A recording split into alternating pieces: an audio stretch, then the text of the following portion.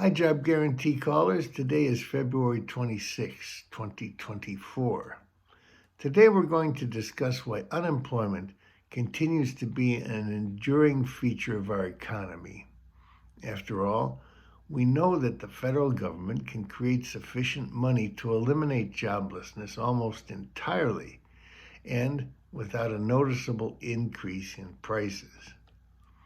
I think what it comes down to are two main deeply rooted cultural attitudes. One, greed. Two, envy.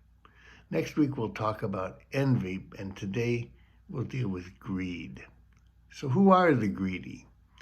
Well, those who own and control very large amounts of land, factories, and other kinds of capital. They like to have a plentiful supply of unemployed people around so that they become desperate to work and will accept rock-bottom salaries and terrible working conditions. Paying their workers poorly reduces their costs and increases their profits. The most extreme form of labor cost reduction is slavery. Slavery bolstered the U.S. economy from the 1600s to the 1800s. After that came forced prison labor, sharecropping, and migrant agricultural labor. In the 1920s, workers striking for better pay were beaten back by Pinkerton police and sometimes even National Guards of various states. Greed's a fundamental characteristic of the rich, and it's very powerful.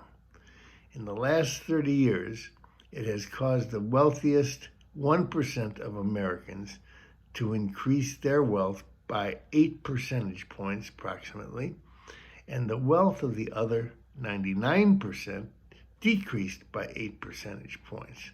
The biggest losers were the people in the middle 40%, those between the 50th percentile of wealth and the 90th percentile of wealth. This is not the way to run a country. Henry Ford, the car maker, he had the right idea. He paid his workers good wages because he wanted to create customers for his car factories. The job guarantee creates millions of customers, not to mention healthier and happier people. When people have a guaranteed means of earning enough to live decently, they feel secure, they care for their children, and they build a stronger society that enriches the 99% and protects everyone. Next week, we'll deal with envy. This week, please remember to call your senators or your congressmen. So far this month, only 4 callers have used our hotline number. And while you're at it, tell them you insist on a ceasefire in Gaza. Palestinians are human beings too. And as always, thanks for all you do to make the world a better place.